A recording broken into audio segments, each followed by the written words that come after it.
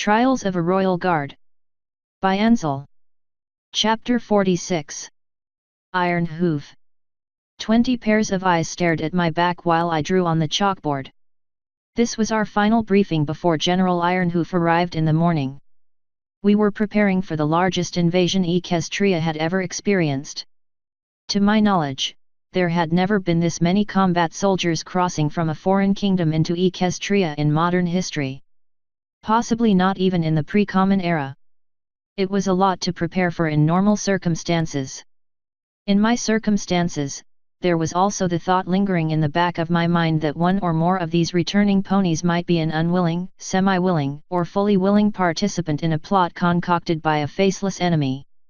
That was disquieting in general, but not unusual for a soldier. Intelligence was never perfect. In fact, it was often best effort. I just had to remind myself over and over that with any operation, you try to understand what you know and what you don't. Then plan for both as best as you can. It was the unknown unknowns that kept me up at night. My team wasn't any closer to understanding who or what the Forgotten Winter was. What was equally odd was that Princess Celestia had no knowledge or recollection of Kalinda being alive during either of her lifetimes. We want to ensure we don't keep these ponies hemmed up on the ships longer than necessary, I explained, tapping my chalk on the boxes I'd drawn in my diagram. That means we'll have far more standing around in the yard than normal. Thanks to volunteers from the Flower Foundation, we'll have 4 times as many letter-writing booths here. A brown hoof in the back went up. I pointed at the pony attached to it. Major, are we positive we have enough secure storage for the sheer volume of weapons that we'll be receiving? So many of these arms were created and shipped over time. Getting it all back is going to be challenging enough. Where are we putting it when we do? Good question. The short answer is, yes. We have the space. I won't be discussing it in this meeting, but there will be periodic collections made during the day moving it off-site. We won't be storing it in the receiving facility like normal, I replied. The weapons were actually going to be stored in the labyrinthine area under Canterlot Castle that had once been home to Star Swirl the Bearded. Most would then be melted down and returned to base metals. This group didn't need to know that. The pony nodded, and I pressed on.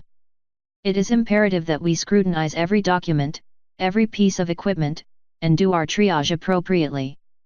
We'll have medical staff wandering the ranks listening and looking while our soldiers are waiting. Remember, every pony, if you see something, say something. Dismissed. I remained where I was, admiring my diagram of the processing facility. I'd captured it pretty well. We'd packed a lot of extra flows into it for this homecoming. 4 return lines instead of 2, extra activities in the yard, and even some entertainment. Music never hurt any pony. Several of the department heads came over to look at it before leaving. Many jotted down notes and focused on their areas. Everything would go smoothly. That group was ready for tomorrow. Eventually, most them were gone, leaving me with a far smaller audience. I'm glad that is over. Too many ponies in too small of an area. You should have gotten a bigger room, Silent Night, Azurite said, poking at me with a tiny hoof. Every time she did that, it was like being poked with a marshmallow. Hilarious. Radiant Orchid set her own hoof on Azurite's helmet and pushed it down slightly so that the visor blocked her vision. It is perfectly sized. You were fine. Hey! Azurite squealed while trying to fix her helmet. Hush, Orchid ordered before looking at me and then over to my right. So, who's your new friend? My eyes shifted that way to the Nox pony in heavy palace guard armor. His emerald eyes were fixed forwards and he didn't even so much as twitch an ear in our direction as Orchid spoke directly about him. He was every bit the spitting image of a perfect guard. The only thing that really set him apart from his peers were the draconic wings and tufted ears. That is Lieutenant Papagino. He's just received his commission and is in charge of the gate to Princess Luna's wing. He's also helping me out. Radiant Orchid's head tilted. With what? Making the Royal Guard more palatable to Nox ponies, I replied. That was true. It just wasn't the only helping he was doing. He, as an almost purebred Nox pony, was also heavily resistant to magic. At least according to Moonglaive. That was a useful pony to have at your side, especially when he looked up to the great silent night. Azurite finally fixed her helmet and gave Orchid a light push in failed retaliation. We have business. We're not doing business. Get to the business. Azurite is right. I have a special assignment for you too, I said. Oh yeah? What is that? Orchid asked. You and Azurite are going to personally process the headquarters company and staff. That includes General Ironhoof. It has to be perfect. It has to be better than perfect, it has to be flawless. More importantly, I trailed off and leaned in close. The two mares did the same, looking confused. In a whisper, I finished, if any pony seems off, violent, or dangerous, you have to flag her or him. These ponies are going to be a table away from the princesses at the banquet and ceremony.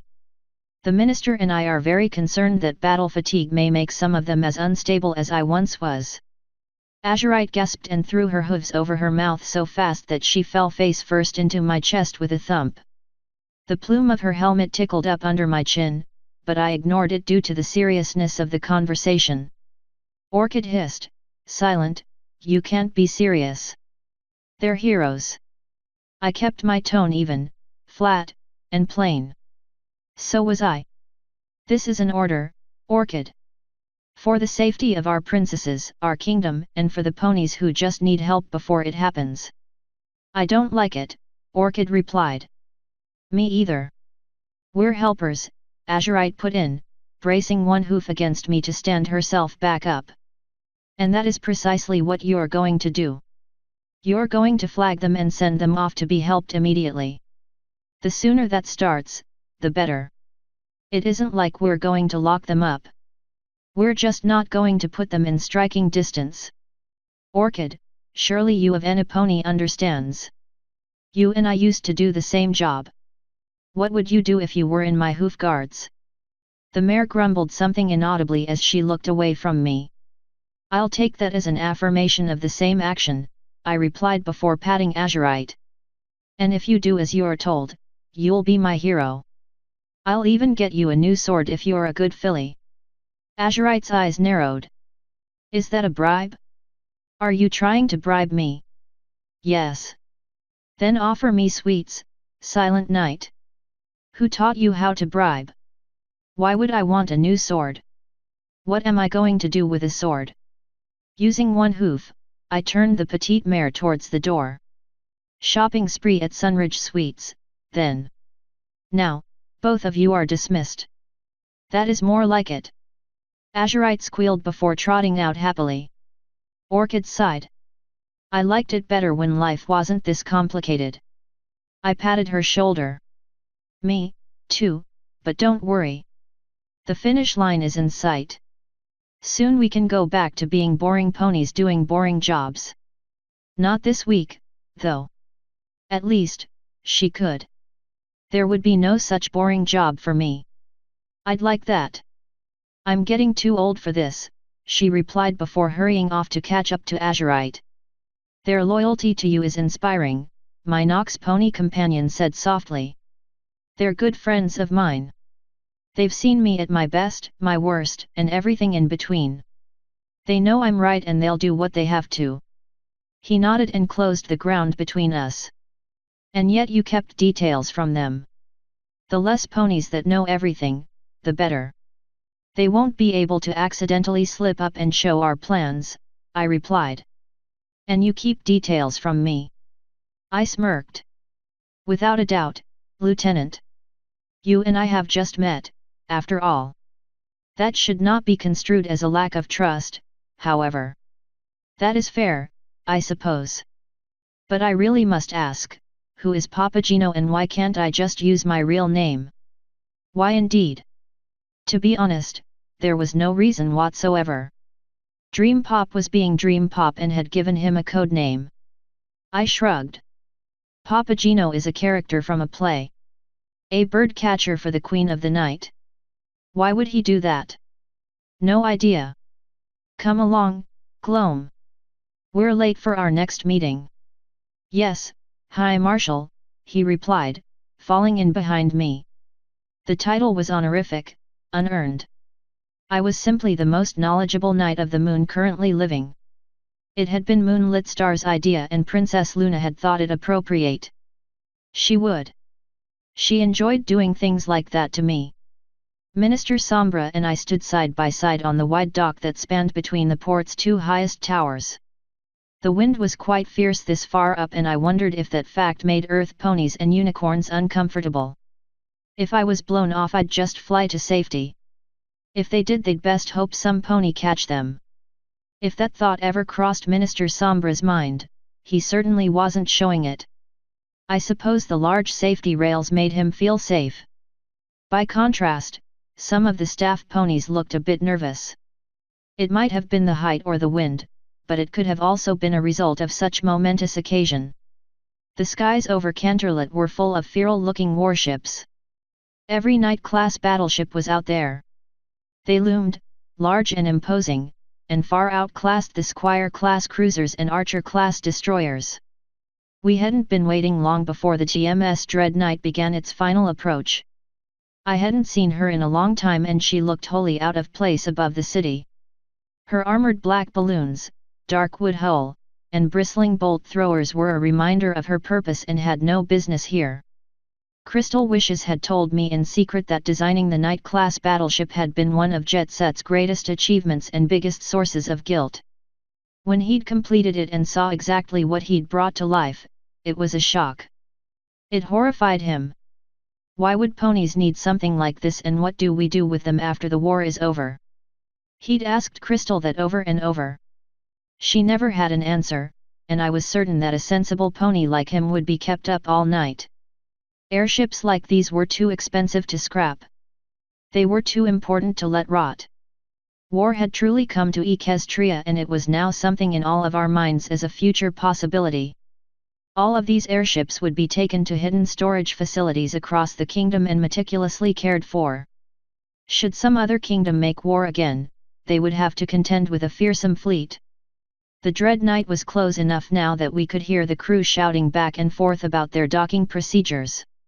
Ponies galloped about, grabbing lines and preparing the deck. As she drew nearer and nearer, my heart started to thump in my chest. "Look alive, every pony," Minister Sombra ordered sharply, grabbing my attention and turning it back to the task at Hoof. The ship came to a full stop when it was aligned beside the dock. Large cranes on the towers lowered the ramps into place. This was it. In mere minutes, we would start transitioning the remainder of our army back into civilian life. We only had to wait for attention. I ordered crisply. General Ironhoof had appeared and was standing at the top of the ramp, looking down at us. At least what was left of him was. The stout, burly pony I'd met years ago was gone. Stress, age, and combat had worn his body down. He was thin, gaunt, and almost as frail as an elder. His coat and mane had lost all of their color.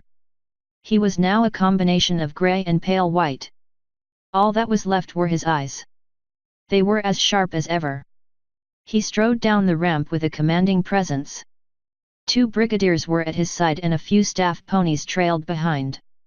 I didn't recognize any of them and I had served on the staff. When they reached the bottom, they came to attention in front of the minister. "General Ironhoof, today marks a great day for Equestria. It is a day for every pony and one that I am honored to be a part of. It is my duty, honor, and pleasure to welcome you home for good," Minister Sombra proclaimed. "Thank you, Minister. I often questioned whether I'd ever see this city again. I was wrong to do so. With your permission, I'd like to begin unloading my soldiers." His eye then caught mine and he turned with a smile. "Silent Knight, it is heartening to see you. I've seen the reports on how hard it is to transition home, but you look as healthy as ever." "Yes, sir. Minister Sombra has looked after me. The transition team is excellent and they'll take care of our mares and stallions.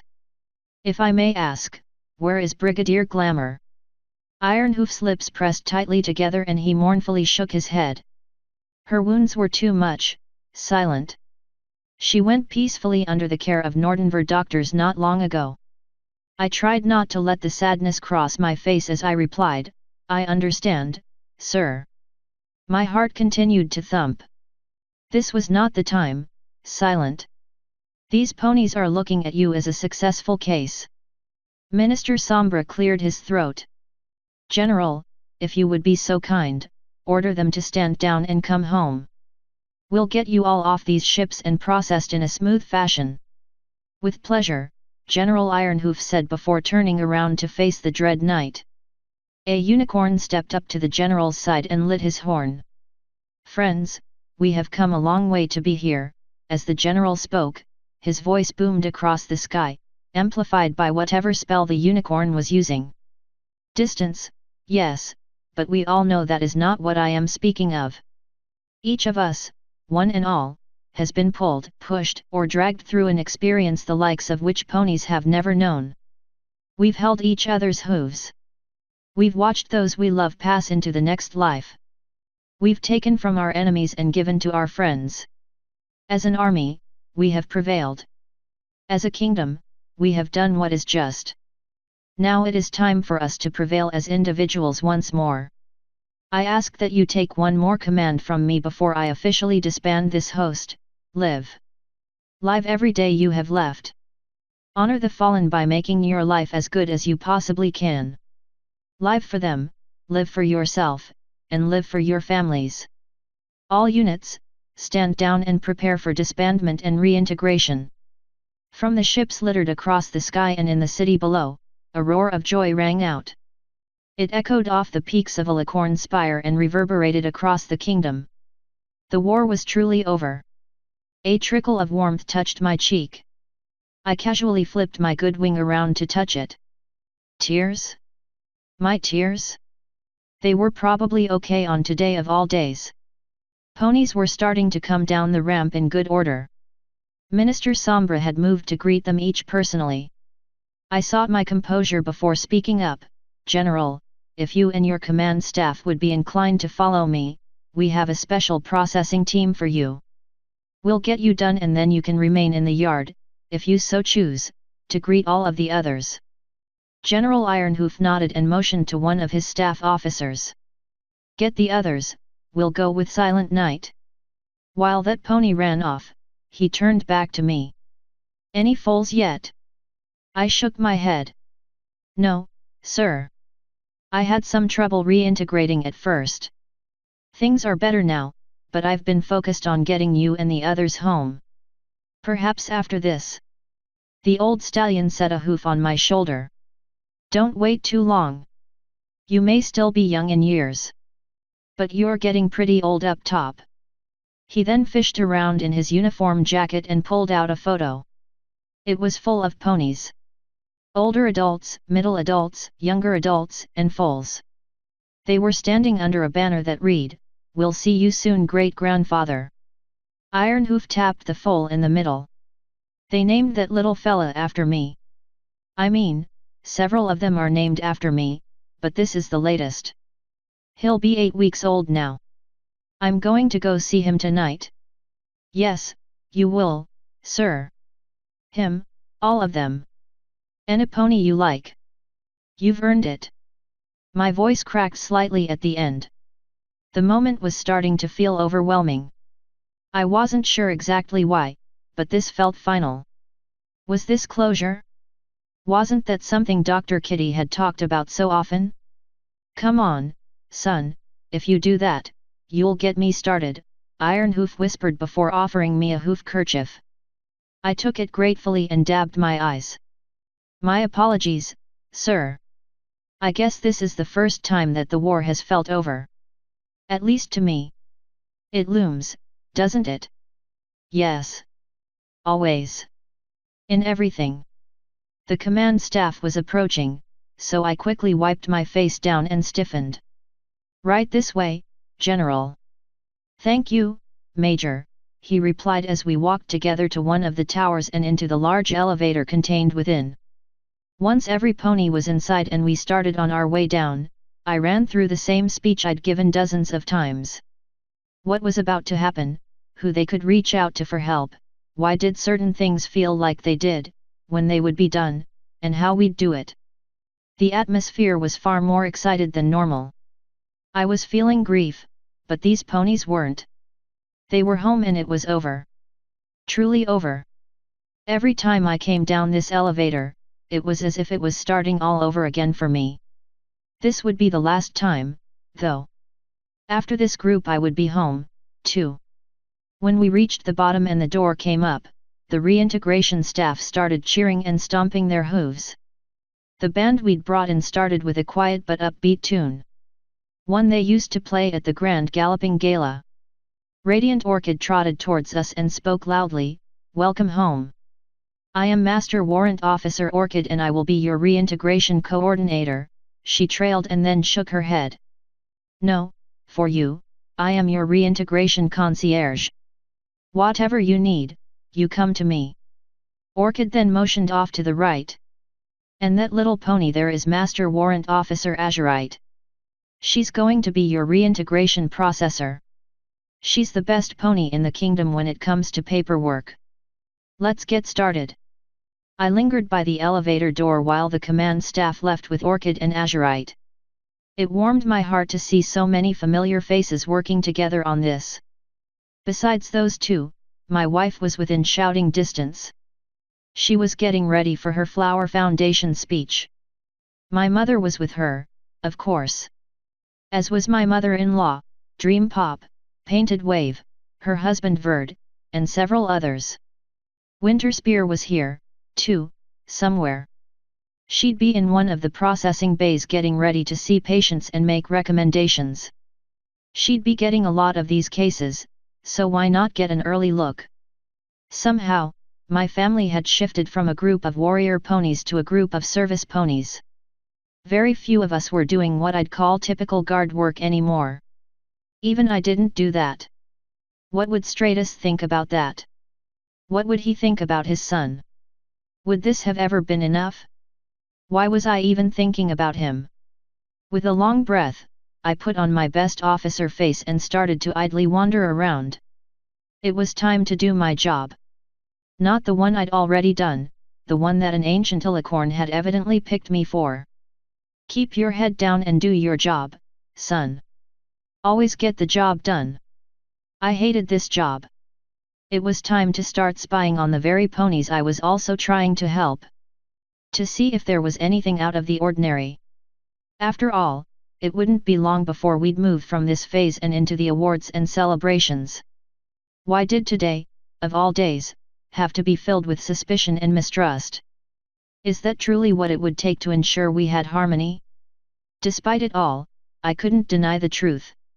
If I wanted to attack both alicorns, this event would be the prime opportunity to do it.